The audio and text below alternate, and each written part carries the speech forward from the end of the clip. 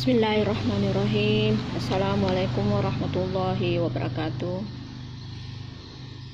Alhamdulillah. Alhamdulillah, pada kesempatan ini kita kembali melanjutkan materi dari bagian pertama yang minggu lalu, di mana pada minggu yang lalu kita telah bahas wacana dalam bahasa Arabnya an-nas'i fi ra'i dengan topik rihlatu bil qitar, ya, perjalanan dengan kereta. Ya, namun sebelum kita memasuki lanjutan materi, baiklah kita sama-sama dulu membaca doa. Bismillahirrahmanirrahim. Rabbi shrah li sadri yassir li amri wahlul 'uqdatam min lisani yafqahu qawli. Allahumma zidna ilman warzuqna fahman shahiha. Amin. Allahumma amin. Anak-anakku sekalian, pada pembahasan kita ini kita masuk pada bagian pembahasan dan dilanjutkan dengan al-qaidah. Sebagaimana pada pertemuan yang lalu saya sudah menyampaikan kompetensi akan dicapai sekaligus dengan indikatornya. Ya, tapi tidak apa-apa kita ulang, karena itu masih sama dengan kompetensi yang pada pertemuan yang kemarin atau yang minggu lalu, yakni menganalisis bentuk, makna, dan fungsi dari susunan gramatikal sekaligus menyajikan hasil analisis bentuk, makna, dan fungsi dari susunan gramatikal yang terkait dengan al-mufrad, al-musanna, wal jam'u. Ya, sehingga dari kompetensi itu kita bisa mencapai indikator. Dalam hal ini siswa mampu menentukan, membedakan, melengkapi kalimat yang tidak sempurna menjadi sempurna, membuat kalimat sempurna dalam hal mufrad, musanna, dan jamak. Ya, jadi itu yang menjadi titik pokok dalam hal pencapaian indikator. Iya. Anak-anakku sekalian, dalam mempelajari bahasa Arab itu tentunya kita butuh yang namanya kaidah atau struktur. Karena tanpa dengan struktur itu kita tidak bisa ngomong dengan baik, kita tidak bisa menyusun, kita tidak bisa membuat kalimat dengan baik, karena kita tidak memiliki atau tidak mendalangi yang namanya struktur atau susunan-susunan kalimat, cara-cara menyusun kalimat dengan baik dan benar, ya. Dan aku sekalian, kita berangkat pada pembahasan materi, ya, terkait dengan materi yang telah kita baca pada minggu yang lalu, yakni perjalanan melalui kereta. Ya, ada kata atau ada satu kalimat yang diangkat di sini, yakni Safara Umaru bil qitari. Ya, perhatikan catatannya. Ini masih lanjutan. Safara Umaru bil qitari. Ya.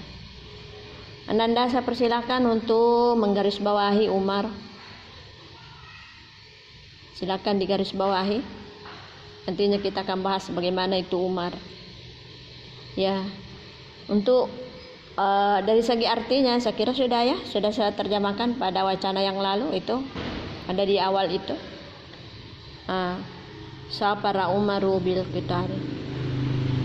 Yang kedua, layak tahun nafisah. Ya, ada pada paragraf yang ketiga, hampir bagian ujung, ya. Layak ta an-nafisah. Ya, tolong Anda garis bawahi an-nafisah tuh. An-nafisah tuh. Kemudian yang ketiga, nazalal rukbani. Nazalal rukbani, ar-rukbani digaris bawahi. Ya. Kalimat itu terdapat pada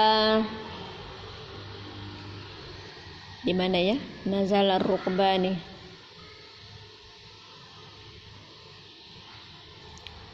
Iya. Silakan Anda cari-cari juga. Nah, ini ada pada paragraf pertama. Walamma nazala rukbani. Ini ada pada paragraf pertama. Ya, yang digaris bawahi adalah ar-rukbani. Kemudian nomor 4, wa wada'a qadamihi. Ya, yang digaris bawahi adalah qadamihi. Ya, ada juga terdapat pada paragraf pertama bagian akhir. Ya, jadi yang digaris bawahi qadamihi. Yang kelima merupakan nomor terakhir yang akan menjadi pembahasan, maqaidul qitari yajlisu 'alaiha al-musafiruna wal musafirat. Ya, digaris bawahi maqaidu qitar. Maqaidu digaris di yang terkait dengan bacaan ada pada paragraf kedua. Kalau di buku atau di kitab itu baris kedua ya. Nama qaidal qitar yajlisu 'alaihal musafiruna wal musafirat. Ya, itu. Di garis bawahi di sini adalah al-maqaidu, itu yang menjadi penjelasan. Berikut sambungannya al-musafiruna wal musafirat. Nah, itu. Jadi ada 7 yang menjadi pembahasan. Baiklah, kita akan jelaskan. Pada nomor pertama itu tadi saya suruh garis bawahi ya, kata Umar itu adalah isim. Artinya isim itu adalah kata benda. Bagaimana dari segi jumlahnya? Itu adalah tunggal, dalam hal ini mufrad. Mufrad. Karena kita bahas terkait dengan mufrad, musanna, jamak. Jadi kita akan lihat Umar ini adalah menunjukkan tunggal. Ya dulu ala wahidin, yang menunjukkan satu. Kenapa ini ada di keterangannya Umar itu al-ismu nauhu, jenisnya adalah mufrad. Asbabu, kenapa dikatakan jenisnya adalah mufrad? Karena ya dulu ala wahidin, menunjukkan satu. Ya, semua benda yang menunjukkan satu itu namanya mufrad, isim mufrad. Ya. Lalu melihat dari kata atau jumlah, keingat kalau bahasa Indonesia itu jumlah ya, adalah kalimat dalam bahasa Indonesia. Kita lihat ini jumlahnya itu jumlah apa. Kita lihat awalnya apakah isim atau fi'il. Kalau dia masuk isim berarti dia jumlah ismiyah. Kalau fi'il dia jumlah fi'liyah. Safarah, ini adalah berjalan. Umar berjalan atau berangkat, bisa juga biasa diartikan itu berangkat, bisa juga bepergian, bisa. Umar bepergian dengan kereta. Karena ini safar adalah fi'il, maka sebagaimana ketentuannya bahwa dalam jumlah itu dimulai dengan fi'il, maka namanya jumlah fi'liyah. Karena kebetulan tidak diawali dengan isi, maka kalimat itu bukan jumlah ismiyah kan, tetapi fi'il. Karena jumlah itu hanya 2. Kalau bukan jumlah ismiyah berarti itu adalah jumlah fi'liyah. Iya. Jadi itu sudah safara Umar bil qitar. Iya. Berikut nomor 2, layak tahun napisah. Tadi yang digaris bawahi adalah an-napisatu. Jenisnya masuk dia mufrad ya. Kenapa? Ya dulu ala wahidatin. Ini sama dengan yang di atas alasannya. Cuman di sini perbedaannya mufrad yang menunjukkan perempuan. Ya, kenapa? Karena ada tanda tamarbutanya. Ya, makanya itu disebutkan bahwa itu adalah mufrad juga. Cuma bedanya tadi itu. Ya. Layak tah an-nafizah. Layak tah. Ini kita melihat dari segi jumlahnya. Ini masuk jumlah apa? Karena dimulai dengan la. Itu kalau dimulai dengan la itu berarti itu siful jumlah ya. Itu diserupa dengan jumlah ya. Berikut ya. Jadi ini 1 dengan 2, nomor 1 dengan nomor 2 sebagaimana yang telah yang telah digarisbawahi itu termasuk contoh daripada isim mufrad, artinya kata benda yang menunjukkan satu. Bolehkah dijadikan dua? Boleh. Bolehkah dijadikan tiga? Boleh. Ya, cuma yang diperhatikan di sini adalah contoh daripada isim mufrad. Apakah itu menunjukkan muzakkar, laki-laki? Apakah itu menunjukkan muannas atau perempuan? Ya. Selanjutnya kita pindah pada nomor 3 dan nomor 4. Ya. Nazala ar-rukabani, silakan digaris bawah ya, rukabani. Ya. Ar-rukabani musanna. Jadi ini ada perbedaan ya dengan yang nomor 1 2. Ar-rukabani ini adalah kata benda yang menunjukkan musanna. Nah, kenapa? Ya dulu alal isnaini, karena menunjukkan dua. Nah, bagaimana caranya? Dari mufrad itu menjadi dua. Jadi dari mufrad itu ditambah alif dengan nun pada akhirnya, atau kaya dengan nun pada akhirnya, sehingga setelah terbentuk maka menjadilah dua artinya, yakni musanna. Seperti ini, nazala rukbani, ar-rukbani, ar-rakabu. Tidak ada alif karena ini penambahan alif dengan nun. Ditambah, dibuka alif dengan nunnya, maka menjadilah ar-rakabu. Setelah berubah menjadi ar-rakabu, maka itu masuk isim mufrad. Kenapa? Karena menunjukkan satu.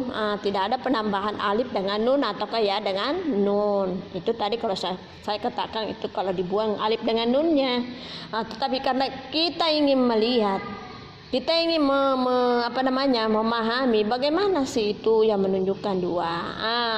Dari mufrad tadi ar-rakabu, ditambah setelah huruf ba ditambah alif, ditambah nun, maka menjadilah ar-rukabani. Maka tadinya dari mufrad berubahlah menjadi musanna karena menunjukkan dua. Ditinjau dari segi jumlahnya atau kalimatnya, itu adalah jumlah fi'liyah. Kenapa? Karena nazala ini adalah fi'il, otomatis dia masuk sebagai jumlah fi'liyah. Yang keempat, wawada qadamaihi,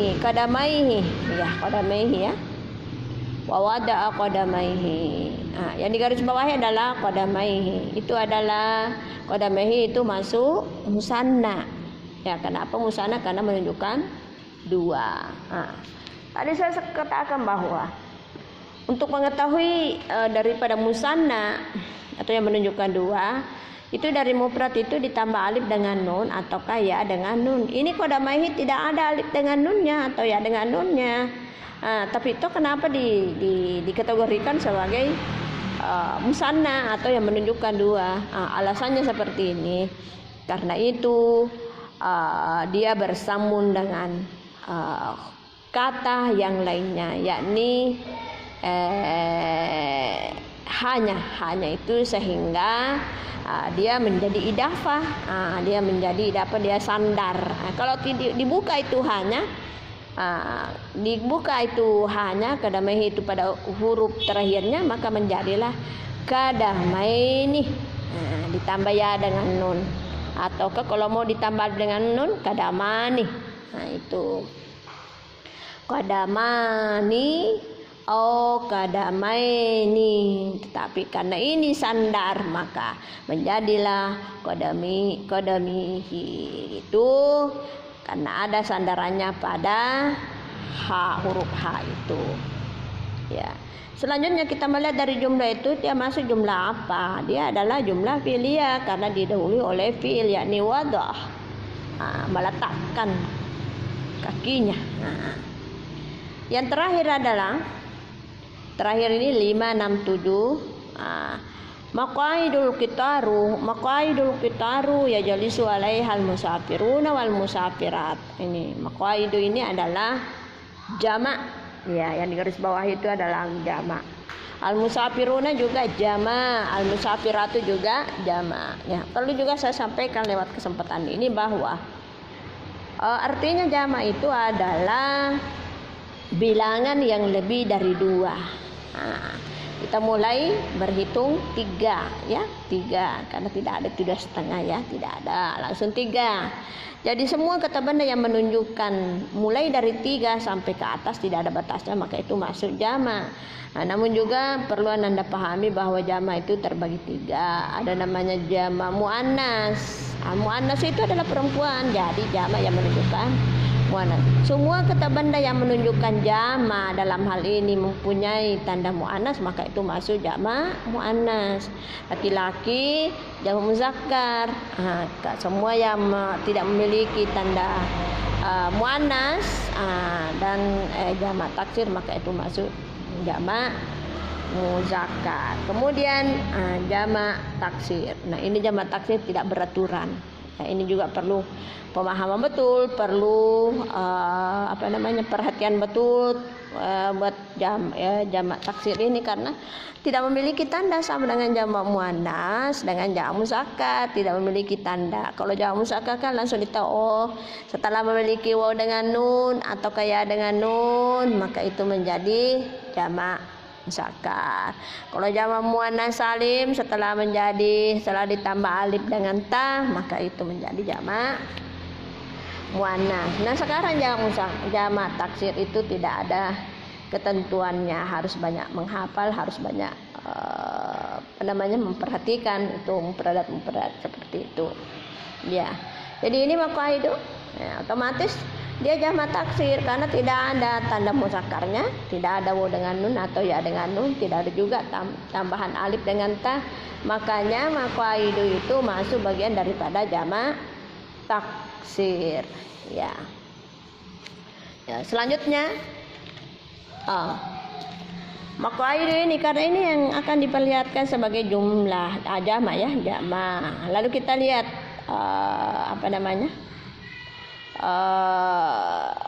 jumlahnya, dia masuk jumlah apa? Karena ini maqaidul kitar, tempat duduk. Kereta itu jadi dia mudapung ilaih, maka dia sibahu jumlah.